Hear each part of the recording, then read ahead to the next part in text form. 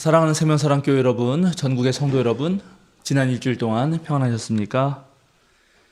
오늘 예배에 참여하신 여러분 모두를 생명과 평화의 예수 그리스도의 이름으로 환영합니다. 오늘은 주연절 넷째 주일이고 또 우리 민족의 최대 명절인 설을 기념하는 설 주일입니다. 작년 설 주일에도 우리가 온라인으로만 예배드렸는데 올해도 안타깝게 온라인 비대면 예배로 드리게 되었습니다. 우리 오미크론이 우세종이 되면서 지금 하루가 다르게 신규 확진자들이 기하급수적으로 늘어나고 있습니다.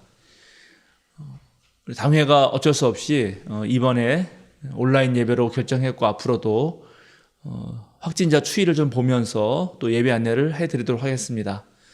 비대면으로 예배하지만 여러분 있는 자리에서 영과 진리로 또 하나님께 진심으로 예배하시는 여러분 되시면 좋겠습니다. 설 명절 연휴로 인해서 2월 월삭 기도회도 온라인 영상으로만 진행합니다. 그리고 수요 기도회, 2월 첫 번째 수요 기도회는 없습니다. 가족들과 함께 여러분 잘 보내시기 바랍니다. 이제 세 번의 징울림과 함께 성부, 성자, 성령의 임재가 신령과 진정으로 예배하는 여러분 모두에게 함께 하시기를 기원드립니다.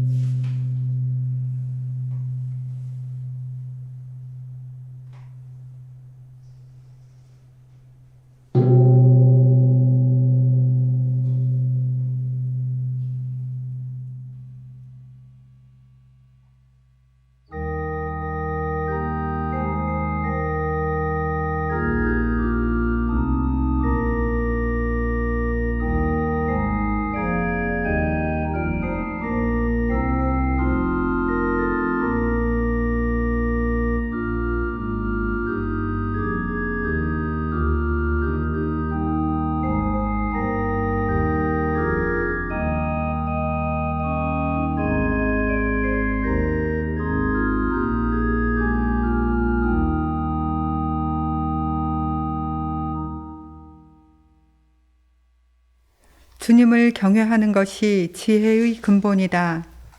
주님의 계명을 지키는 사람은 바른 깨달음을 얻으니 영원토록 주님을 찬양할 일이다. 아멘.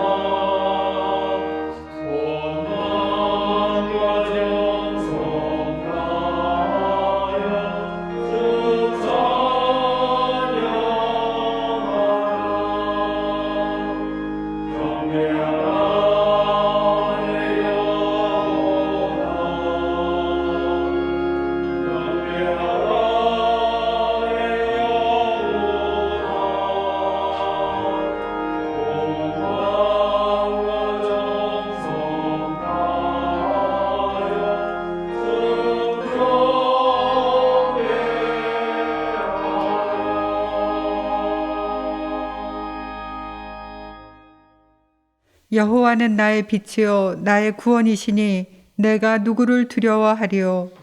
여호와는 내 생명의 능력이시니 내가 누구를 무서워하리요. 악인들이 내 살을 먹으려고 내게로 왔으나 나의 원수들인 그들은 실족하여 넘어졌도다. 군대가 나를 대적하여 진칠지라도 내 마음이 두렵지 아니하며 전쟁이 일어나 나를 치려 할지라도 나는 여전히 태연하리로다. 내가 여호와께 바라는 한 가지 일 그것을 구하리니 곧 내가 내 평생에 여호와의 집에 살면서 여호와의 아름다움을 바라보며 그의 성전에서 사모하는 그것이라. 여호와께서 환난 날에 나를 그의 초막 속에 비밀히 지키시고 그의 장막 은밀한 곳에 나를 숨기시며 높은 바위 위에 두시리로다. 이제 내 머리가 나를 둘러싼 내 원수 위에 들리리니 내가 그의 장막에서 즐거운 제사를 드리겠고 노래하며 여호와를 찬송하리로다. 아멘.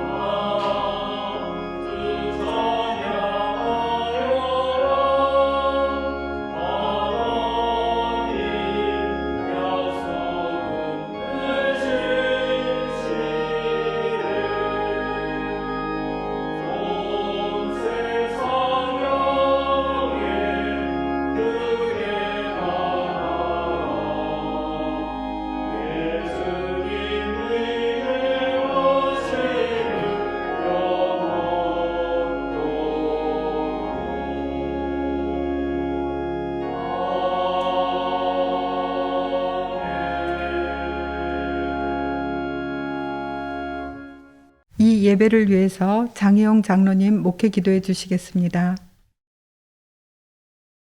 생명과 사랑이신 하나님, 지난 한 주간도 도우시고 동행해 주셨음을 감사드립니다.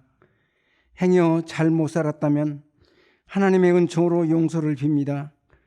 오늘은 민속 대명절 설 주일입니다. 앞서 가신 조상님들을 기억하며 하나님의 은총에 감사하는 예배이게 하옵소서. 하나님을 경유하는 자는 하나님을 아버지라고 부를 수 있는 특권을 주셨습니다. 고맙습니다. 주님, 생명을 존중하고 사랑을 실천코자 적은 무리들이 세운 생명사랑교회 하나님의 임재가 충만케 하옵소서. 하나님을 예배하고 믿음이 성장하고 성숙을 추구합니다. 이웃과 세상에 하나님 나라를 선포하는 구원의 방주 역할을 다하는 교회 되게 하시고 삶의 중심에 서 있게 하옵소서. 우리 목사님을 중심으로 하나 되어 목자는 양을 알고 양은 목자를 따르고 섬기는 질서 있고 은혜 충만한 교회 되게 하옵소서. 안식년이 시작되는 목사님, 이 기간 동안 크게 도우셔서 피로도 말끔히 씻으시고 하늘의 지혜와 지식을 재충전하는 기회 되게 하옵소서. 우리 교우들 모두는 부교육자들 중심으로 기도에 힘쓰며 애착을 갖고 열정을 더하게 하소서. 주님, 아픈 교우들이 있습니다. 우리 주님 능력의 손길로 안수하시고 치유해 주옵소서. 생활고와 직장 문제로 힘들어하는 교우들께도 기쁜 소식과 하늘의 위로가 있게 하시고 사회에 첫 발을 디딘 젊은 청년들과 청소년들과 어린이들까지도 하나님의 은총으로 하늘의 지혜와 세상의 지식을 겸비하는 예수의 사람들로 살아가게 하옵소서. 주님, 코로나19가 창궐하고 있습니다. 의학적으로도 과학적으로도 잡지 못하면 안타깝고 불안합니다. 하나님께서만이 거두실 수 있음을 믿습니다. 이 백성들을 불쌍히 여기시어 물리쳐 주시옵기를 빕니다. 이 일에 수고하시는 방역 관계자 여러분과 의료진들의 힘 주시고 건강케 하옵시고, 감염되어 고통을 겪는 환자들과 원치 않게 세상을 떠나는 사망자와 유족들 하늘의 위로가 있게 하옵소서. 주님, 이 나라 이 백성들에게도 하나님의 은총이 임하시어 대통령으로부터 유정자들에게 하나님을 두려워하는 심성 지니게 하시고, 바른 양심으로 백성들을 섬기게 하옵시며, 제밥 먹지 못하는 불우한 이웃들에게는 같이 먹고 살아가게 하시고, 공정하고 공평한 사회가 되길 소망합니다. 주님, 옛말에 대통령은 하늘에서 낸다고 합니다. 이번 대통령 선거에서는 하나님의 뜻을 쫓는 자로 선출되기 원합니다. 주님, 이 나라 한반도의 평화가 영존케 하시고, 북한 동포들과 민주주의를 열망하는 나라들과 굶주림에 시달리는 지구촌의 많은 사람들과 난민들에게 하늘의 평화를 주옵소서. 주님, 이 시간 드리는 예배 하나님 흠양하옵시고, 저희들 은혜되며 기쁨되며 아름다움 되게 하소서.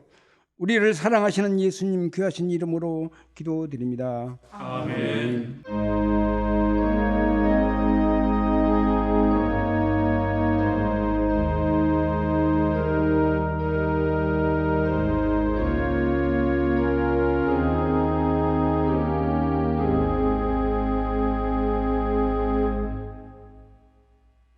주현절 넷째 주일 우리에게 주시는 하나님 말씀은 이사야서 42장 5절에서 9절, 시편 23편 1절에서 6절, 요한복음서 10장 7절에서 18절 말씀입니다. 먼저 이사야서의 말씀을 저와 함께 한 절씩 교독하시고 마지막 절은 함께 봉독하겠습니다. 하나님께서 하늘을 창조하여 펴시고 땅을 만드시고 거기에 사는 온갖 것을 만드셨다.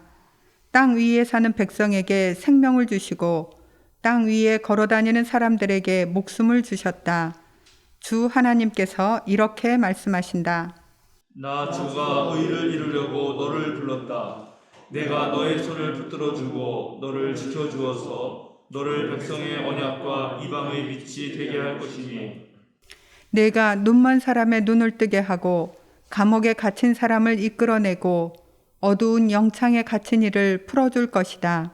나는 주다. 이것이 나의 이름이다. 나는 내가 받을 영광을 다른 사람에게 넘겨주지 않고 내가 받을 찬양을 우상들에게 양보하지 않는다. 다 같이 전에 예고한 일들이 다 이루어졌다. 이제 내가 새로운 일들을 예고한다. 그 일들이 일어나기 전에 내가 너희에게 일러준다. 다음은 시편 23편 1절에서 6절 말씀을 저와 함께 한 절씩 교독하시겠습니다. 주님은 나의 목자시니 내게 부족함 없어라.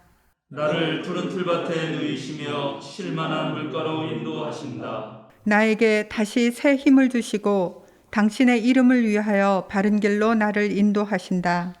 내가 비록 죽음의 그늘 골짜기로 다닐지라도 주님께서 나와 함께 계시고 주님의 막대기와 지팡이로 나를 보살펴 주시니 내게는 두려움이 없습니다.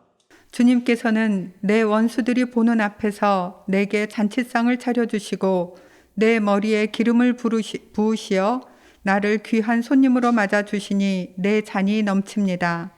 진실로 주님의 선하심과 인자하심이 내가 사는 날 동안 나를 따르리니 나는 주님의 집으로 돌아가 영원히 그곳에서 살겠습니다.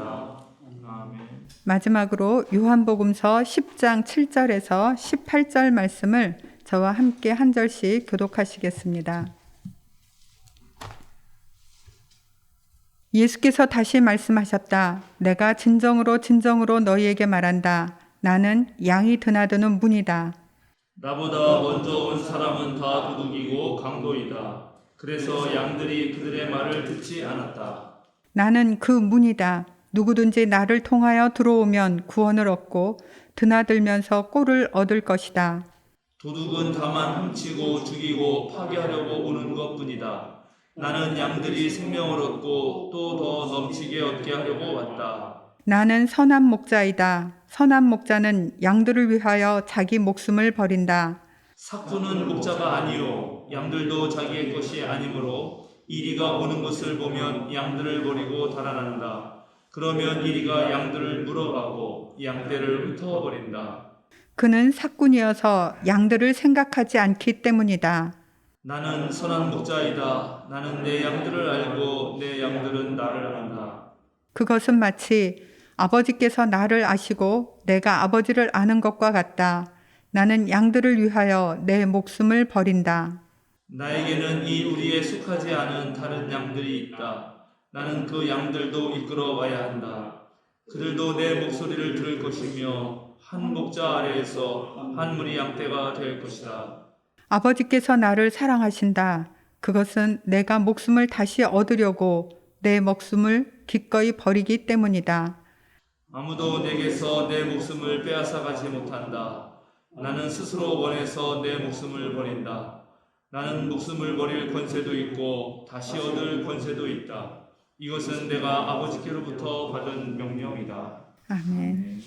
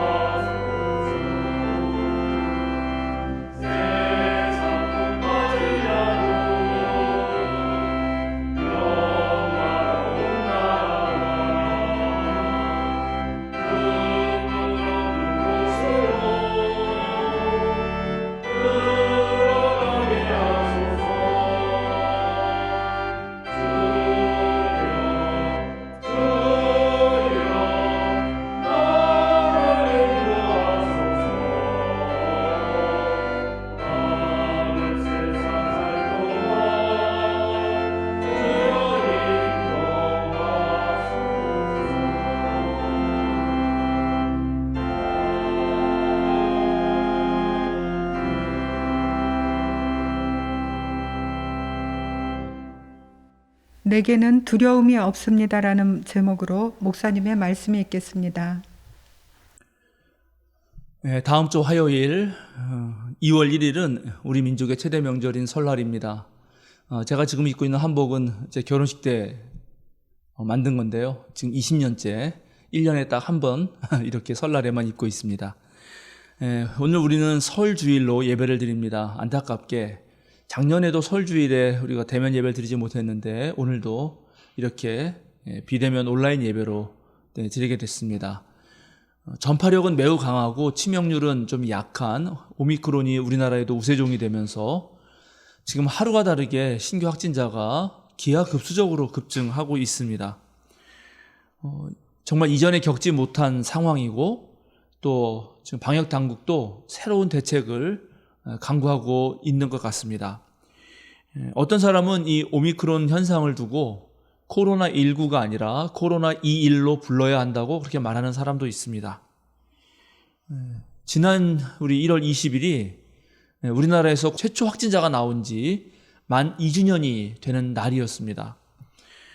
정말 지난 2년의 세월 동안 많은 것이 변했고 또 앞으로도 변해갈 것입니다. 지금의 이 오미크론 현상이 정말 누군가가 말했듯이 크리스마스 선물이 되어서 코로나의 마지막 발악이 될지 아니면 혹시 또 다른 변이 바이러스가 나타날지는 여전히 확신할 수는 없습니다. 아직도 불확실한 건 사실입니다. 그런데 우리가 오늘 맞이하고 있는 이 설날, 설주의를 할 때 그 설날의 뜻이 사실은 낯설다, 그리고 매우 새롭다, 그래서 조심하고 삼가해야 된다는 말인데 지금의 상황하고 딱 들어맞는 것 아닌가 생각합니다. 정말 코로나19의 새로운 변화에 따라서 기민하고 적절하게 대처해야 될 것 같습니다. 설날을 맞을 때 우리 민족이 행하던 민속 그런 놀이 중에 야광귀 쫓기라는 것이 있습니다.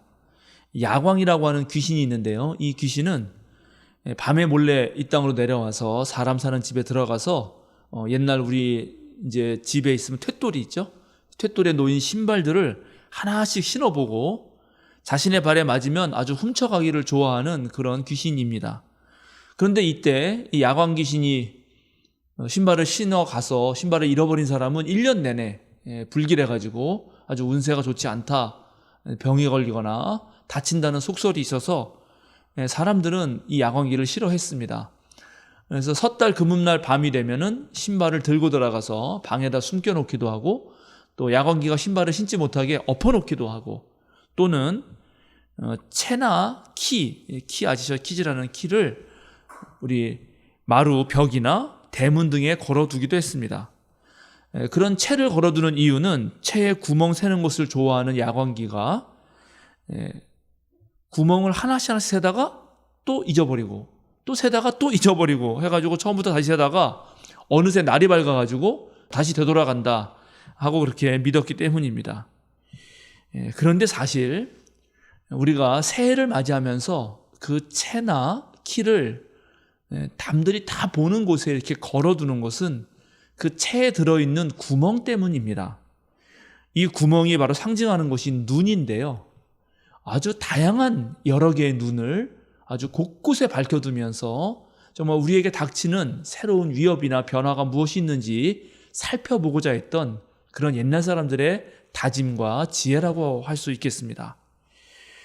따라서 설주의를 맞이하는 우리도 마치 이 설날 모든 채를 걸어놓고 새로운 세상을 맞이하려고 했던 우리 선조들처럼 여러 눈으로 세상을 살피어서 우리에게 닥쳐오는 위험을 피할 뿐만 아니라 또 세상이 어떻게 변해가고 있는지도 우리가 잘 알아서 그에 맞게 우리의 삶을 살아가고 또 우리 생명사랑교회 목회와 선교 활동도 해나가야 될 것이라고 생각합니다.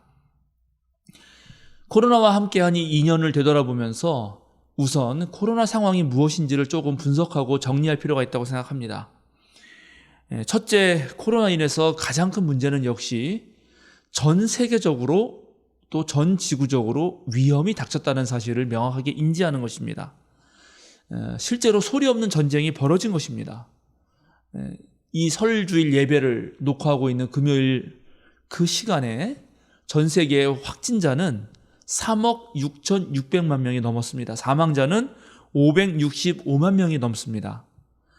이렇게 많은 사망자가 전 세계적으로 2년 동안 나온 것은 세계 2차 대전 이후에 처음입니다.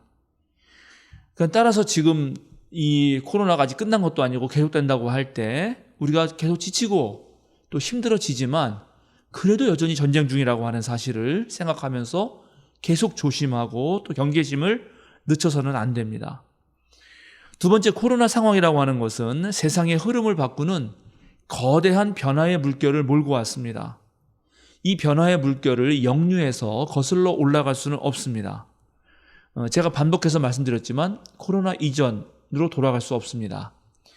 중세시대에 흑사병이 전 세계를 휩쓸고 지나간 다음에 봉건 질서가 무너지고 근대 세계를 열었듯이 이제 코로나는 기후 붕괴를 가져온 인간 중심의 문명을 지금 무너뜨리고 있습니다. 따라서 이제 인류는 우리들 자신의 생존을 위해서라도 지구에 있는 모든 생명체와 함께 공존해야 합니다. 제가 엊그제 도서관에서 동물과의 대화라는 책을 빌렸는데요. 이거는 그 다른 동물들과 놀라운 소통을 했던 한 자폐 아이자 위대한 생물학자의 글입니다. 아주 특이한 책입니다. 오늘날 지구를 넘어서 지구 아니고 우리 한국에만도 반려동물과 함께 사는 인구가 1,500만이 넘어서고 있습니다. 그래서 인간과 동물과의 이제 소통이 매우 중요한 시대에 접어들고 있는데 정말 다른 생명체들, 지구에 살고 있는 우리 인류만이 아니라 다른 동물과도 어떻게 소통하면 좋은지, 어떻게 공감하고 어떻게 서로를 배려할 수 있는지를 배우는 아주 대단히 좋은 책이 될 것이라 생각합니다. 지난 1000년의 역사 속에서 인류는 서로 싸우면서 또 서로 권력을 쥐는 가운데 내 개인의 자유와 평등을 외쳐왔고 그것을 얻기 위해서 엄청 노력해 왔습니다. 그런데 앞으로는 이 개인의 자유와 평등 못지않게 이제 공동체의 안전도 매우 중요하게 되었습니다. 그러니까 나 혼자 살기 위해서라도 나만을 생각해서는 안 된다는 것입니다. 내가 살아남기 위해서도 반드시 남을 생각해야 되고 그 남 안에 바로 다른 지구의 생명체들도 들어가는 것입니다. 코로나와 함께 사는 인간은 바로 공동체를 배려할 줄 아는 그러면서도 자유로운 개인이 되어야 합니다. 생명의 공동체를 생각하지 않는 그런 개인은 앞으로 이 다가오는 세상에서 도태될 수밖에 없다는 사실을 우리는 명심해야 합니다. 이제 공동체의 안전에 있어서 국가의 역할이 매우 중요해졌기 때문에 우리는 반드시 유능한 정부를 만들어야 합니다. 이제 한 40일 뒤에 곧 우리 정말 중요한 대통령 선거가 있는데요. 정말 빠릿빠릿하게 일 잘하는 그런 정부를 만들어갈 수 있는 그런 사람을 지도자로 여러분 뽑아야 합니다. 만약에 그렇지 않은 지도자가 섰을 경우에 우리 사회는 엄청난 혼란에 빠질 확률이 무척 높습니다. 여러분 잘 생각하셔서 좋은 선택을 하시기 바랍니다. 경제 부분에 있어서는 시장을 중심으로 하는 그런 신자유주의적 질서가 아니라 이제 다시 이 자본주의가 마음대로 횡행하지 못하도록 국가가 적절히 개입하는 케인즈주의라고 하는 것으로 되돌아와야 합니다. 이제 모든 기업은 오로지 돈만 생각해서는 오히려 돈을 벌 수 없는 시대가 되었습니다. 지속 가능한 경영, 즉 ESG라고 하는 여러분 다 잘 알고 계시죠? 자연환경과 공정한 사회를 만드는 것과 그 다음에 기업 내부에 평등한 협력 구조 등을 고려해서 경영을 해야 한다는 것입니다. 아무리 기업이라 할지라도 잘 나가는 기업이라 할지라도 무조건 성장하려는 욕심은 버려야 합니다. 모든 생명체가 어느 정도 성체가 되면 더 이상 자라지 않지 않습니까? 그렇듯이 이 자본주의의 욕망 또한 반드시 조절되어야 합니다. 내가 이제 자랄 만큼 자랐다면 자족할 줄 알고 이웃과 또 사회적 약자들과 나누는 공유적 경제를 지향하는 그런 경영이 되어야 합니다. 사회 문화적으로는 온라인 비대면 사회에 언택트 사회에 아주 재빠르게 적응할 줄 알아야 합니다. 직접 만나서 하는 모임과 행사, 활동은 아주 지혜롭게 해야 합니다. 또 온라인상에서 만나고 활동하는 것을 적극적으로 배우고 활용해야 합니다. 한국 사회는 매우 빠르게 초고령화 사회로 접어들고 있고 1인 가구가 급증하고 있습니다. 이런 상황에서 직접 대면할 수 없는 그런 일들이 계속 벌어진다면 그러면 사람들은 외로움의 늪으로 빠져들게 될 것입니다. 따라서 홀로 있을 때도 외롭지 않고 고독을 즐길 줄 아는 능력도 요청됩니다.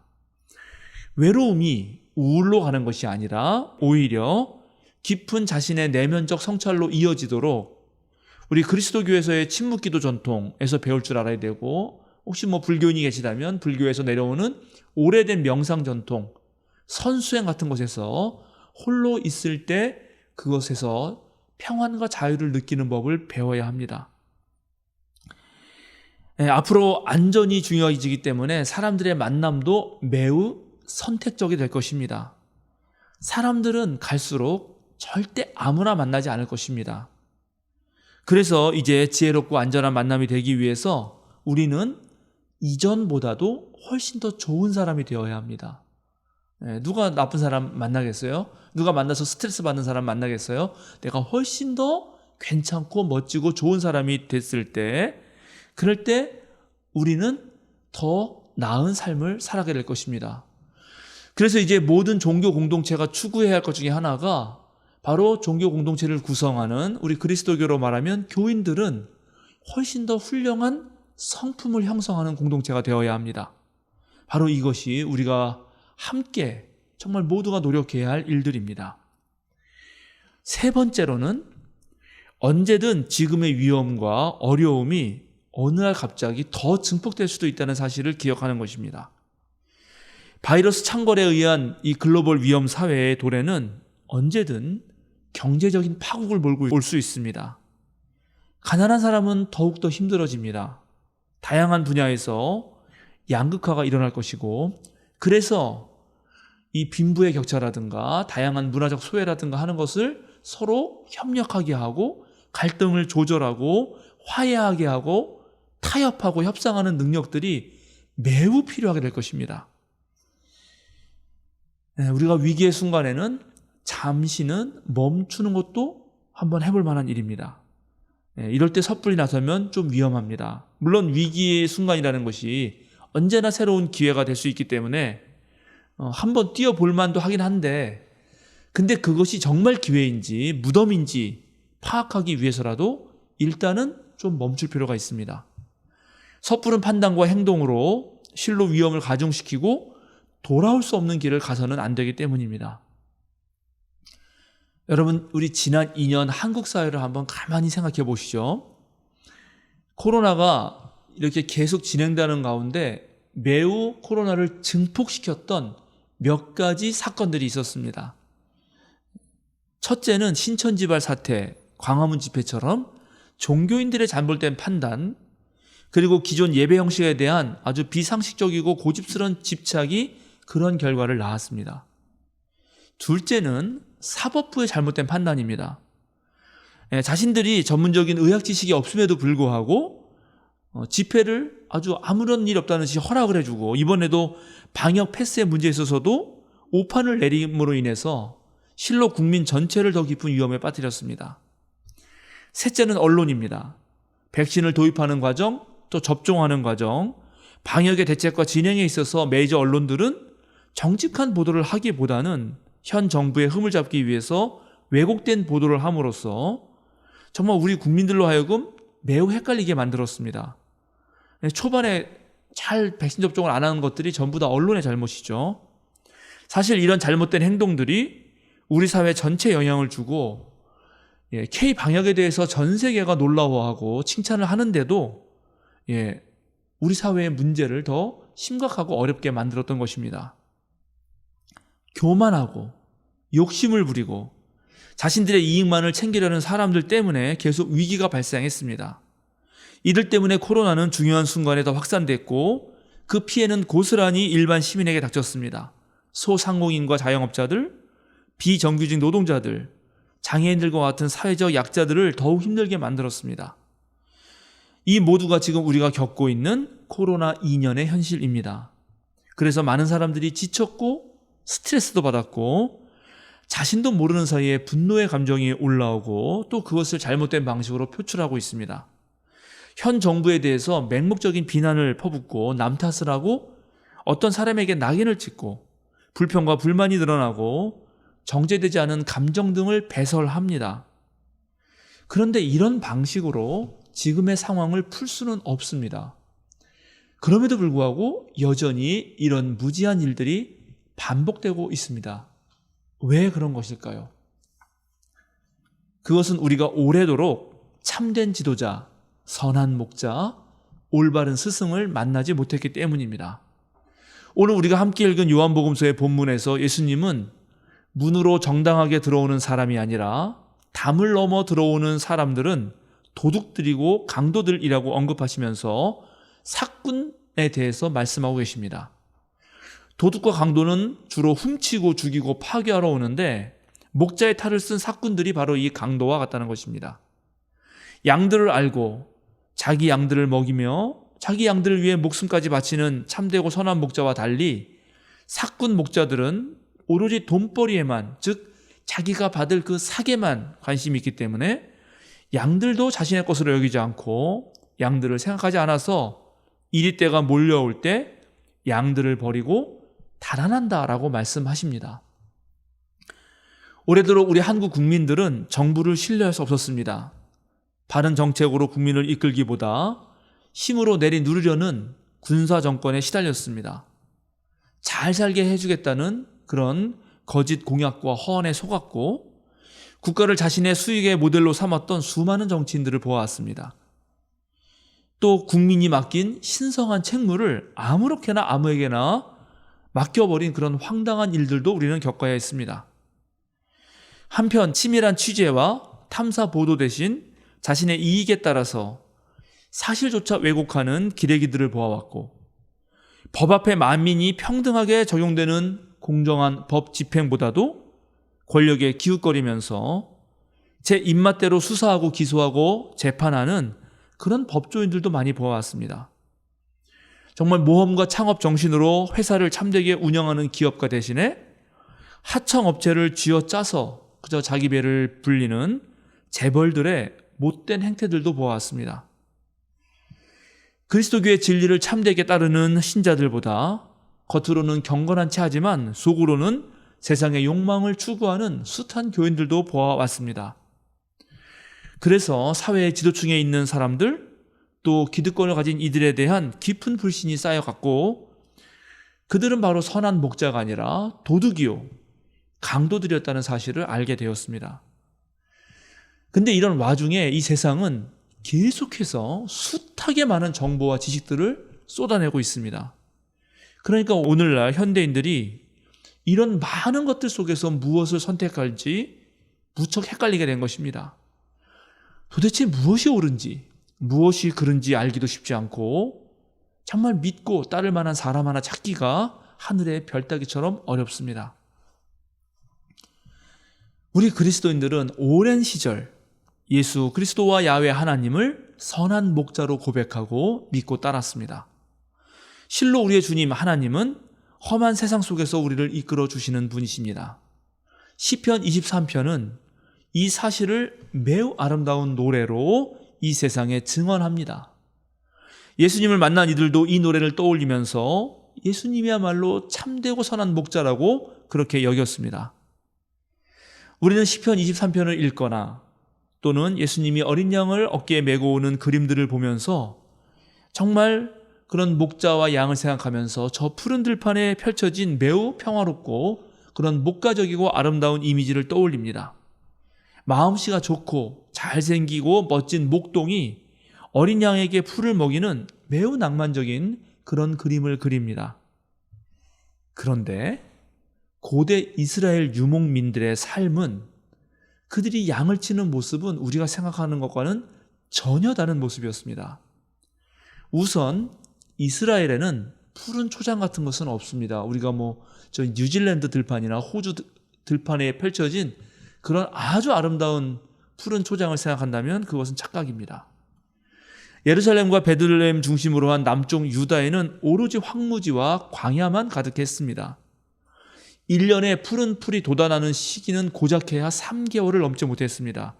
11월부터 2월까지 우기인데요. 이때가 겨울이죠. 겨울에 비가 내리고 나면 그때부터 이제 3월부터 풀이 돋기 시작해서 그저 한 3개월 정도 돋았다가 또 6개월 동안 건기가 이어집니다.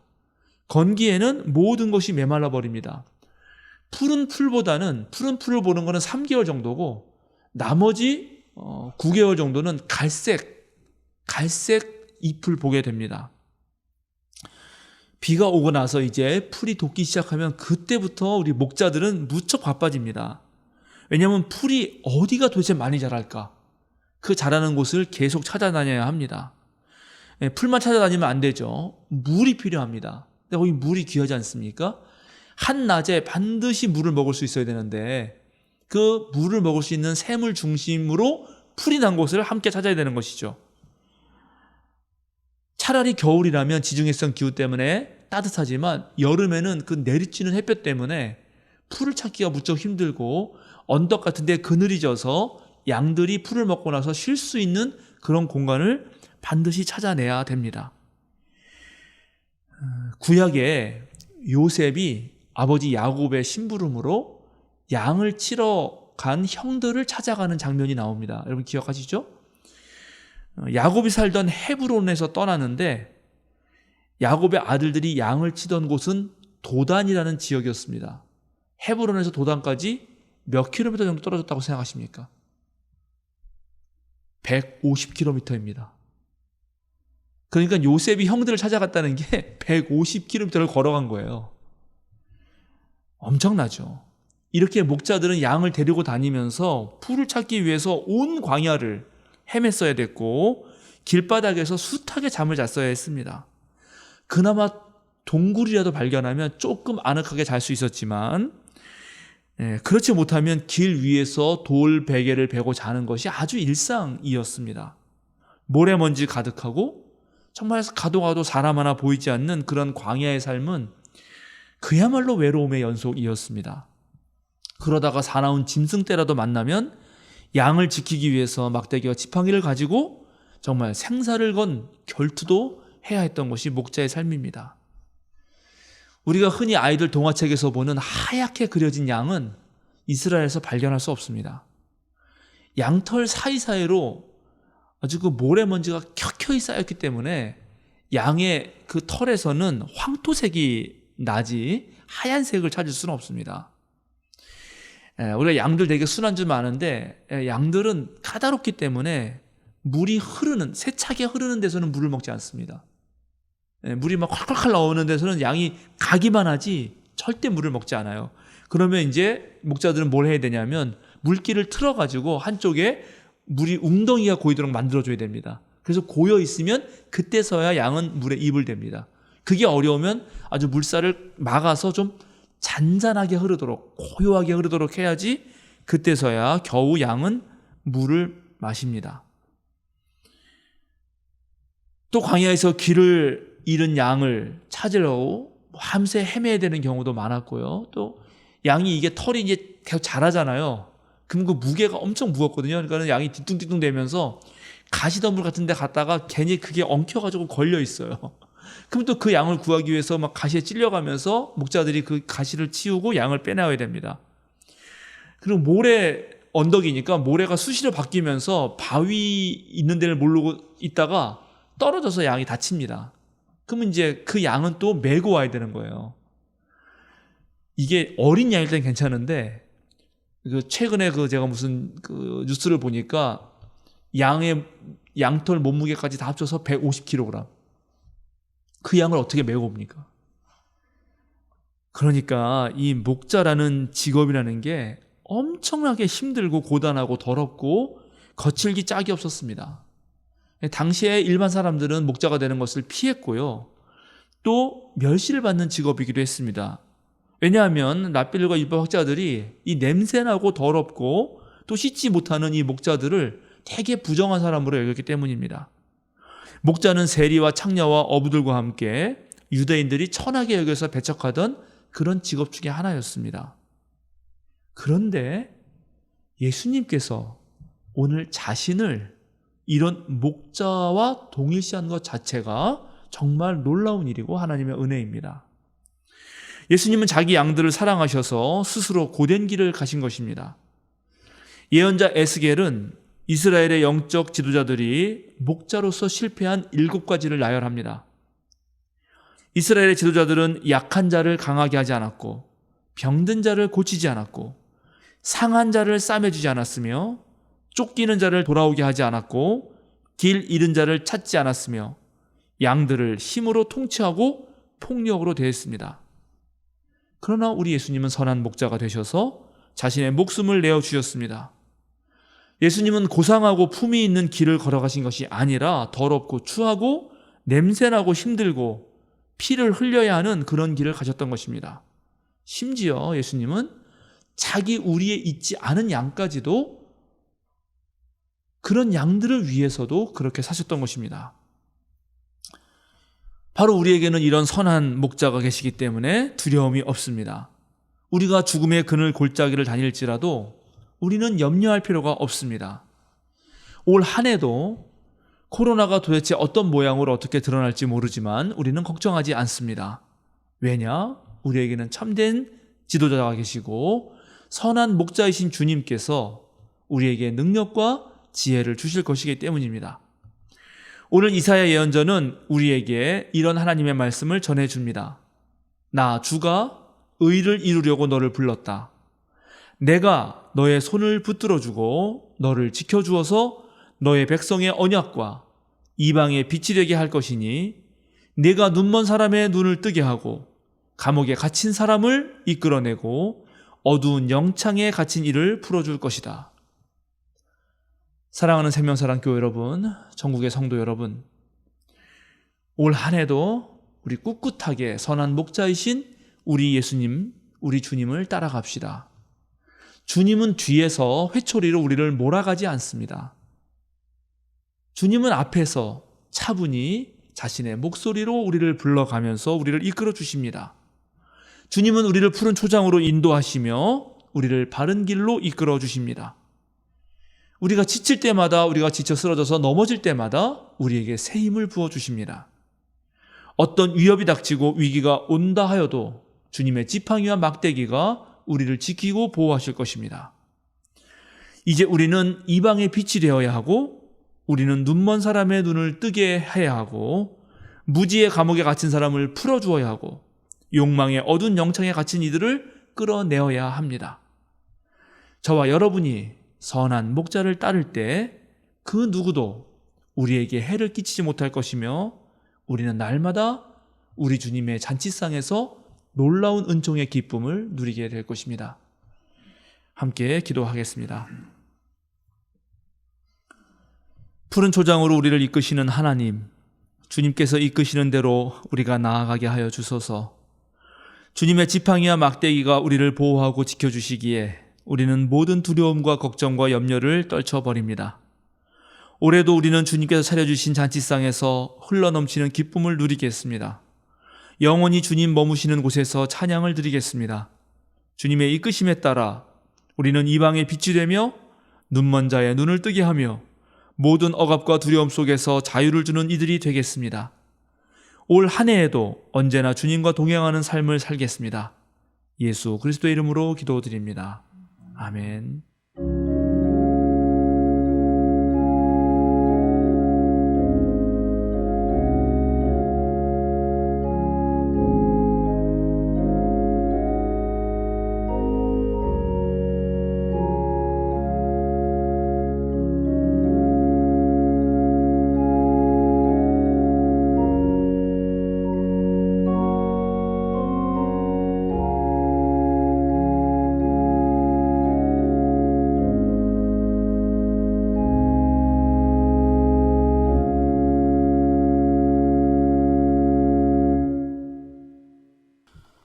사도신경으로 우리의 신앙을 함께 고백하겠습니다. 나는 전능하신 아버지 하나님 천지의 창조주를 믿습니다. 나는 그의 유일하신 아들 우리 주 예수 그리스도를 믿습니다.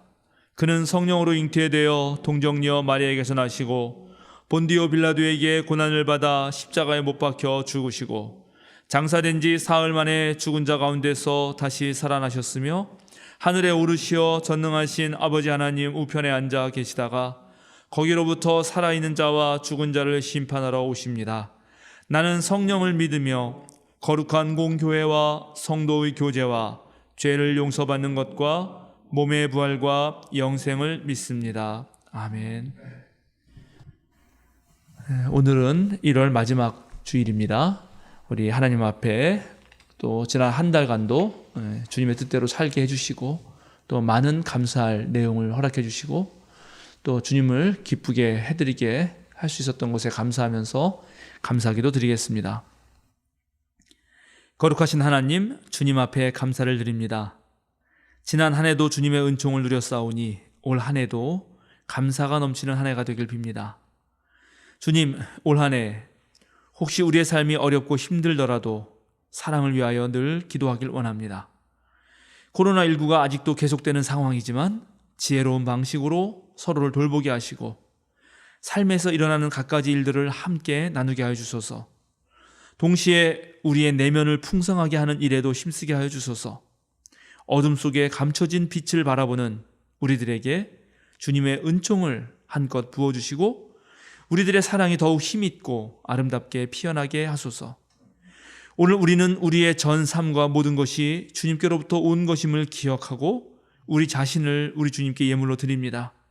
이 예물 받으시고 이 예물이 하나님 나라 사역에 올바로 쓰이게 하소서. 특별히 생명사랑교회를 통하여 주님 이루어 가실 그 사명들을 우리가 이루게 하여 주소서. 예수 그리스도의 이름으로 기도드립니다. 아멘.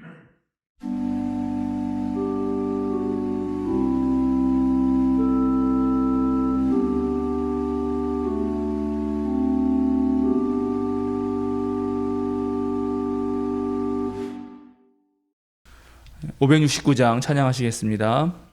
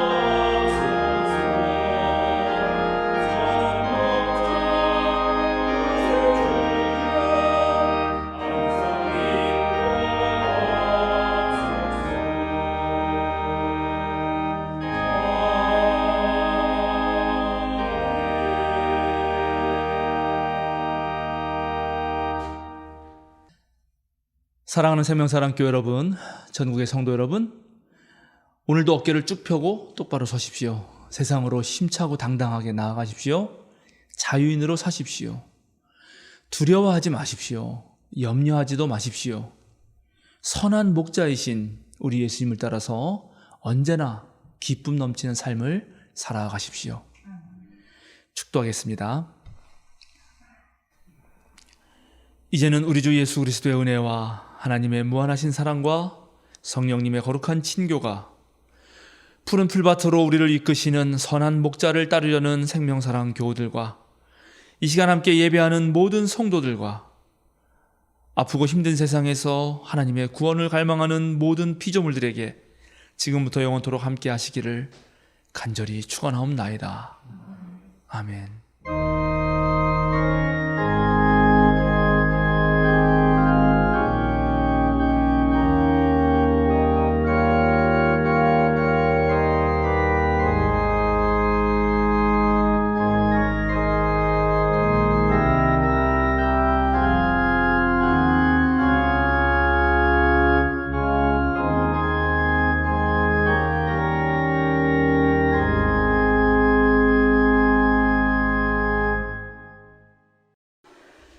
알림과 사귐 시간입니다.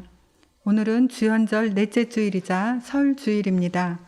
이번 주일은 오미크론 확산을 고려해서 온라인 예배로만 드립니다. 이후 예배는 추후에 다시 안내해 드리겠습니다. 설 연휴인 관계로 2월 1일 월삭 기도회는 온라인으로만 진행하고 2월 2일 수요 기도회는 쉬겠습니다. 설 명절 예식서는 전교인 카톡방을 통해 공유하겠습니다. 예배당에도 출력해서 비치해 두겠습니다. 기부금 영수증을 발행 중입니다. 교회에서 받아가시거나 우편으로 받으실 분들은 교육실로 연락 주시기 바랍니다. 예배 영상에 들어가는 교우 소개 녹화와 생명사랑 5분 말씀 묵상 녹음에 참여해 주시기 바랍니다. 생명사랑 CR 미션에 동참해 주시기 바랍니다. 성경 통독 과정 3년차가 진행 중입니다. 열심히 참여해 주시기 바랍니다. 이번 주 생일자입니다. 31일 이복희 권사님, 2일 이상엽 집사님, 3일 박사영 집사님, 5일 김영자 권사님입니다. 축하드립니다. 오늘 함께 예배 드릴 수 있어서 감사합니다. 오늘 함께 누린 은혜가 한 주간 힘이 되어 승리하시길 바랍니다. 다음 주 이 시간에도 함께 예배하겠습니다. 감사합니다.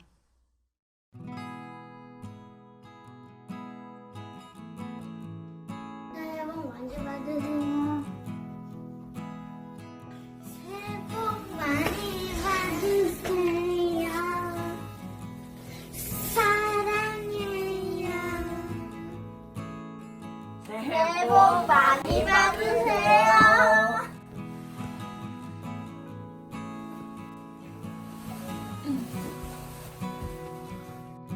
생명사랑교회 교우 여러분, 새해 복 많이 받으세요.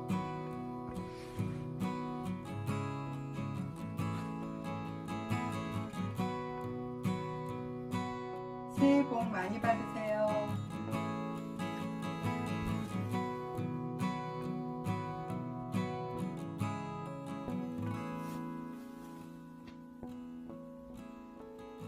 사랑하는 생명사랑교회 여러분, 전국의 성도 여러분, 이민년 새해가 밝았고 벌써 한 달이 지났습니다. 민족의 최대 명절인 설을 맞이합니다. 설날이야말로 실제로 우리 민족의 새해 첫날이죠. 올해는 특별히 이민년이 밝아서 호랑이 해라고 합니다. 호랑이는 그 용맹함으로도 물론 모든 짐승의 으뜸이 되겠지만, 여러분 호랑이를 보신 적이 다 있으시겠지만 그 자태와 품위를 어느 경우에도 호랑이는 잃지 않습니다. 고고하게 홀로 서 있으면서도 어떤 주변의 모든 상황을 이겨낼 수 있는 그런 넉넉한 자태를 가지고 있죠. 그게 호랑이입니다.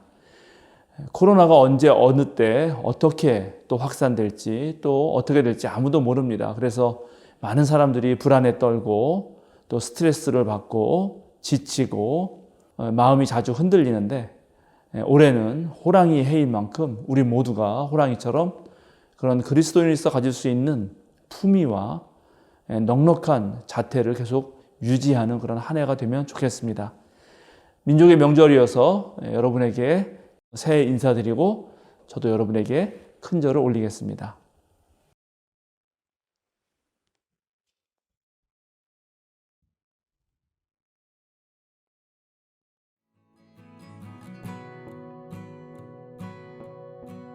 새해도 여러분과 여러분의 가정에 하나님의 크신 은총이 언제나 함께 하시기를 기원드립니다.